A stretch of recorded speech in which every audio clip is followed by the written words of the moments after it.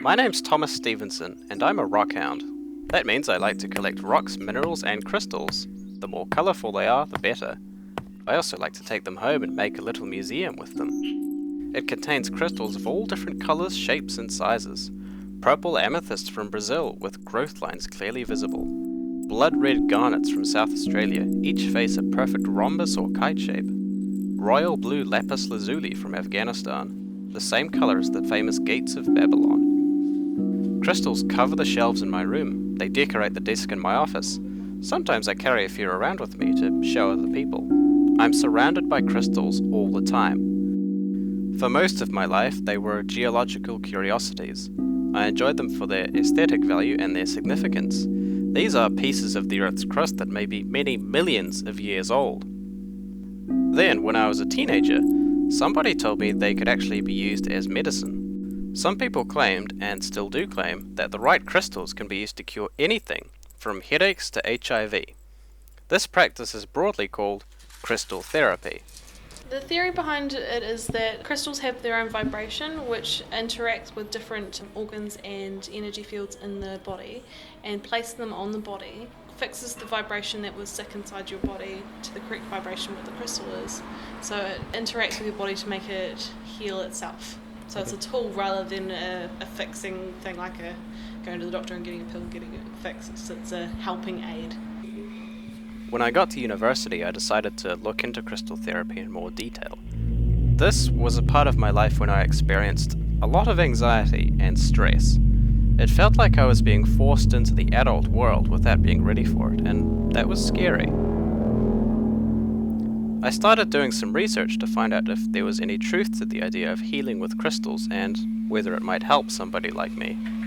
My name's Anita Campbell and I work in the retail department in the Little Rock Shop in sales. Anita works at the Little Rock Shop in the busy centre of Dunedin. She sells rocks, minerals and fossils for all kinds of purposes. Rockhounds come here to add to their collections and others come seeking treatment. It can aid in healing yourself. It's not something you just use only. You use all healing aids at the same time.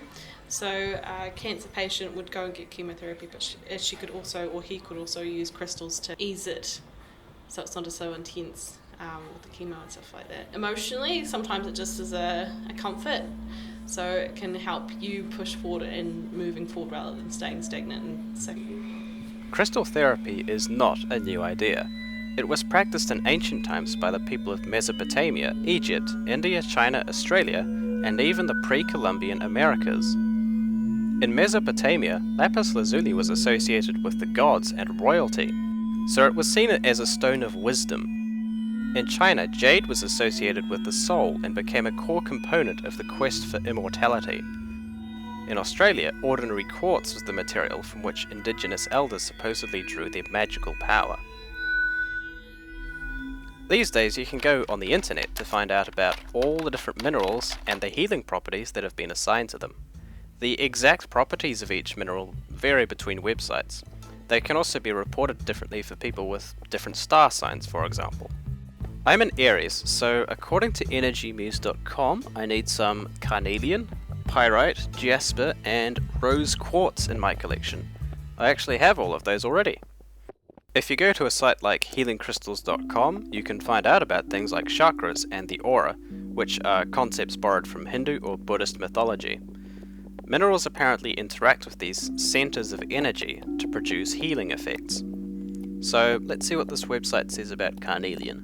I've got a piece in front of me right now. It's very smooth, round, glassy like quartz, with very vivid orange coloration and some fine stripes of yellow, like fire. Like Anita said, it's not the crystals that heal you. The power is already in you, and crystals just help to focus it and produce the effects you want. For instance, healingcrystals.com says here that carnelian can help you in decision making by stimulating the sacral chakra, that's in your pelvic region. Oh, it also says this stone aids in male impotency. No comment. While I was learning about all of this, I was still skeptical that crystal therapy actually worked. So were the scientists I asked about it. My name's Rachel Baxter. I'm a master's student at the Geology Department, University of Otago. I study how the Dunedin volcano got going, what was its early evolution, and what did this look like. I really doubt that there's any truth to just a crystal existing being able to heal or have an effect on people. Like a lot of geologists, Rachel has a story about meeting somebody who is interested in more than just the aesthetic value of crystals. One of the field trips we took a bunch of first year students out that I was helping teach.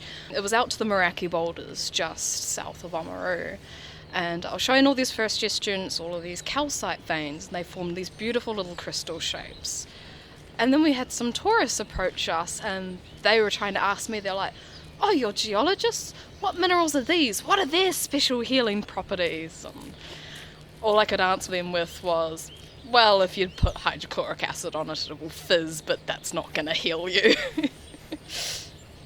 Although it's a nice idea, there isn't much scientific evidence that crystal therapy really helps people in need. It's a type of alternative medicine, which means it has not yet been proven to work under controlled conditions. And yes, the healing properties of crystals have been tested under controlled conditions. Probably the best known scientific study was conducted by Professor Christopher French at Goldsmiths University of London. He first performed this experiment in 1999, then repeated it 2 years later. In the original experiment, he had 80 volunteers, half male and half female. They were a mix of students, non-students, skeptics, and alternative medicine consumers. French gave each volunteer either a real quartz crystal or a piece of glass cut to look like a quartz crystal. He also primed half the people in each group by telling them about commonly reported effects of holding a crystal. These include things like feeling unnatural warmth in the hand or tingling sensations. After giving everyone something to hold onto, he asked them to report any unusual observations over a certain period of time. What French found was that the volunteers who had been primed reported more unusual things happening, the tingles and the warmth. But there was no significant difference between people who were holding quartz and people holding pieces of glass. He found the exact same thing when he repeated the experiment in 2001. There just wasn't anything special about the quartz crystals. As yet, there is still no scientific evidence that crystals have healing properties, or mystical properties of any kind. Any reported effects seem to be caused by nothing more than the power of suggestion, a placebo. However, that hasn't stopped people from buying crystals for healing purposes. It is a little bit of a fad, sadly, with the whole grab some rocks and it will instantly fix you. And there's a lot of people that come in like, I need this to fix me. You need to actually fix yourself. It just helps you with it. It also hasn't stopped practitioners from growing their businesses and publishing more and more headlines like these. How malachite stone changed my life and luck. My peridot broke in half. What does it mean?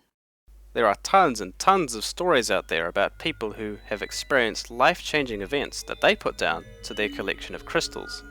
One woman says that her life completely turned around after she bought a little piece of malachite. That's a green, copper-based mineral that has historically been used to make green paint. Another woman writes about how she used lithium-rich minerals like lepidolite to ward off anxiety attacks. Reading through volumes of content like this feels like falling down the proverbial rabbit hole. The deeper you go, the stranger it gets. My labradorite pendant and using carnelian for telekinesis. 4 crystals for the Game of Thrones Battle of Winterfell episode to help you keep grounded amidst the chaos. However, sooner or later you come across a headline like this. Are there crystals to help me with my stage 4 cancer? And the fall comes to a crashing stop. Before, the whole practice of crystal therapy seemed like harmless fun at worst. It turns out that some people are using crystals as an alternative treatment for life-threatening diseases. That is a terrible idea. We get a lot of people coming in on behalf of the person that's sick, and they go, I want to get crystals to help them on their journey through this sickness and or dying and stuff like that. Try help as best I can, and I do explain to them it's not going to cure them, it can help them cure themselves. Because you can't say that I'm a doctor when you're not actually. That's Anita from the Little Rock Shop again. The best websites do the same thing. They have a disclaimer on the front page imploring customers to see a doctor if they have a life-threatening condition like cancer. The best medicine is proven medicine. Tragically, some people don't seem to understand that message. This isn't just a problem about crystals. The problem is with attitudes to alternative medicine in general. A growing chunk of the population believe that alternative therapies can magically cure conditions that would be too costly or too painful to treat normally. It's far from a harmless belief. In 2017, a study concluded that cancer patients who resorted to alternative medicine were more likely to die within 5 years than those who stuck with chemotherapy, 2.5 times more likely. People have actually died from conditions, including cancer and spinal injuries, that could have been cured if they had stuck with evidence-based therapies. A depressing number of them were children, whose parents thought they knew better than the world's medical professionals. 20 years ago, a New Zealander named Liam Williams Holloway was diagnosed with neuroblastoma in his jaw. His parents didn't want to see him suffer through chemotherapy, so they took him to Mexico to seek an unproven treatment called quantum vibrational therapy. Liam was only 5 years old when he died. Stories like this tend to be underreported, and they get lost beneath the rising tide of fashionable New Age remedies. The success of companies like Gwyneth Paltrow's Goop is a testament to the massive influence and popularity of alternative therapies. I want to be clear, this is dangerous. I do think that everyone is entitled to their own beliefs, but we need to be aware that beliefs shape actions. Actions have lasting consequences for individuals and for society as a whole. What are we to take away from all this? Well, if you're ill and thinking about an alternative treatment, please see a licensed medical professional first. Alternative medicine, by definition, has not yet been proven to work, and you cannot rely on it if you have a life-threatening or debilitating condition. On the other hand, if you just want something to help you get through a period of anxiety or stress, maybe give crystals a go. They might only work by a placebo effect, but a placebo can be powerful in its own right. I am all for placebo effects. If someone thinks something is going to be helping them and get in the right mindset that they're getting better, it might help them heal or get better. But crystals or minerals themselves, I don't think are a magical healing thing. Whether they help people to heal themselves or not, you can't argue that there is something awe-inspiring about minerals. We can all enjoy them in our own ways. We just need to act responsibly and think about what's best for our bodies. For me, crystals are still items to be collected and displayed. I don't think they have unique healing properties, but I don't think they're totally useless either. It brings me comfort to know that other people get pleasure from collecting them and feeling good about themselves because of it. That's really what crystal therapy comes down to, feeling good and having fun. So, what's your favourite mineral or crystal? My favourite is moss agate. I love it because the iron molecules inside the quartz branch out like a beautiful moss pattern or a tree pattern, and everyone is so different that you look inside and it looks like a little terrarium. Zircon, because we use it for a lot of geochronology and understanding how old different rocks are. Another mineral I quite like, because it's quite pretty, is something called alexandrite, which is quite rare, but it's a chrysoberyl. It has a completely different colour, like a light greeny colour in natural daylight. If you put it under tungsten or other indoor lights, it actually changes colour. So instead of being this nice green, it becomes a deep red purple in just your normal light. I'd like to thank Anita and Rachel for speaking with me, as well as Fabian and Steve at the University of Otago Centre for Science Communication.